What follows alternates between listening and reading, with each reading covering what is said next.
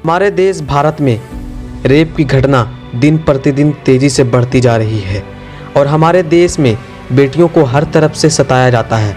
उन्हें घर में ही रहना पड़ता है और अगर वे बाहर जाती है तो उनके साथ एक भयानक तरीके से रेप कर दिया जाता है। हालांकि अगर किसी के साथ ऐसी घटना घटती है तो सरकार कोई कदम नहीं उठाती और उनके परिवार और घर वालों को न्याय नहीं मिल पाता, जिससे उन्हें न्याय के लिए इधर उधर भटकना पड़ता है। आखिर क्यों हमारे भारत देश में तेजी से दिन प्रतिदिन कहीं बेटियों के साथ रेप, कहीं लोगों को दिन दहाड़े लूट लिया जाता है, कहीं बीच सड़क पर लोगों को मार दिया जाता है, उन्हें धर्म के नाम पर मॉब लिंचिंग कर दिया जाता है। आखिर हमारे देश की सरकार क्या कर रही है? क्या हमारी मासूम बेटियों और बहनों की चीख सरकार तक नहीं पहुंच रही? क्या सरकार को इस बात की खबर नहीं है कि हमारे देश में क्या हो रहा है? धर्म के नाम पर लोगों का मॉब लिंचिंग किया जा रहा है, दिन दहाड़े लोगों के घरों को लूट लिया जा रहा है और उन्हें मौत के घाट उतार दिया जा रहा है। हमें तो आज़ादी 1947 में ही मिल चुकी थी, लेकिन सच तो ये है कि हम आज भी आज़ाद नहीं हैं। हमारे भारत में रेप की घटना इतनी तेज़ी से क्यों फैल रही है? हमारे भारत में आपराधिक तत्व इतने मजबूत क्यों हैं और क्यों भारतीय सरकार इतनी बड़ी घटना को नज़रअंदाज कर रही है? आज मैं इसी के बारे में बात करने जा रहा हूँ, तो बने रहे मेरे साथ। आप देख रहे हैं नॉलेज मशीन। रेप एक ऐसी घटना जो हमारे मासूम बहन बेटियों के साथ किया जा रहा है और उन्हें बेरहमी से मार दिया जा रहा है। जैसा कि आप जानते हैं कि हाल ही में उत्तर प्रदेश में एक बहुत ही भयानक घटना घटी जो पूरे देश को झंझोर कर रख दिया।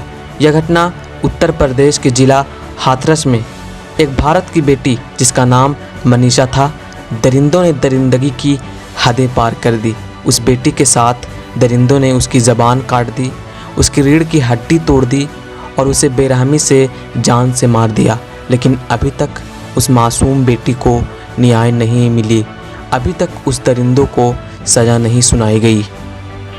रेप होने के सबसे बड़ा कारण यह है कि हमारे देश में लोगों के अंदर इस घिनौने अपराध से लड़ने की जागरूकता नहीं है।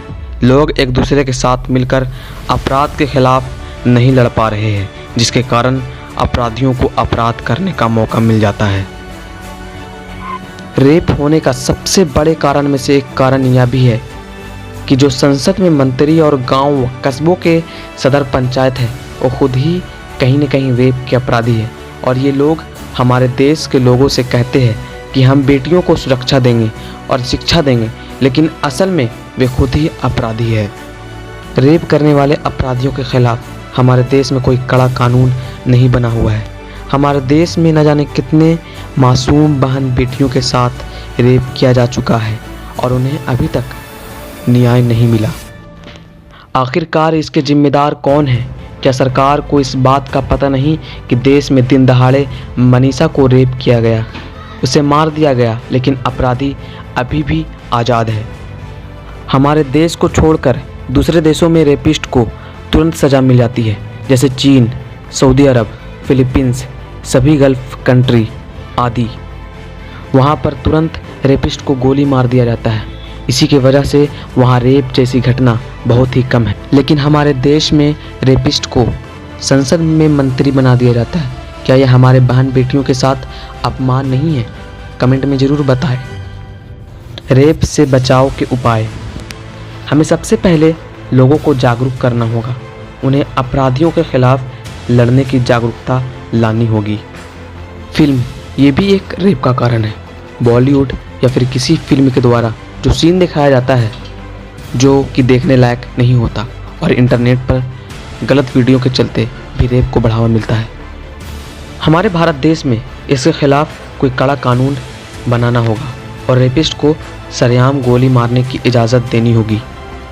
आज के लिए बस इतना ही। अगर आपको ऐसे ही वीडियो चाहिए तो चैनल को सब्सक्राइब करें। वीडियो अच्छी लगी हो तो वीडियो को लाइक करें। धन्यवाद।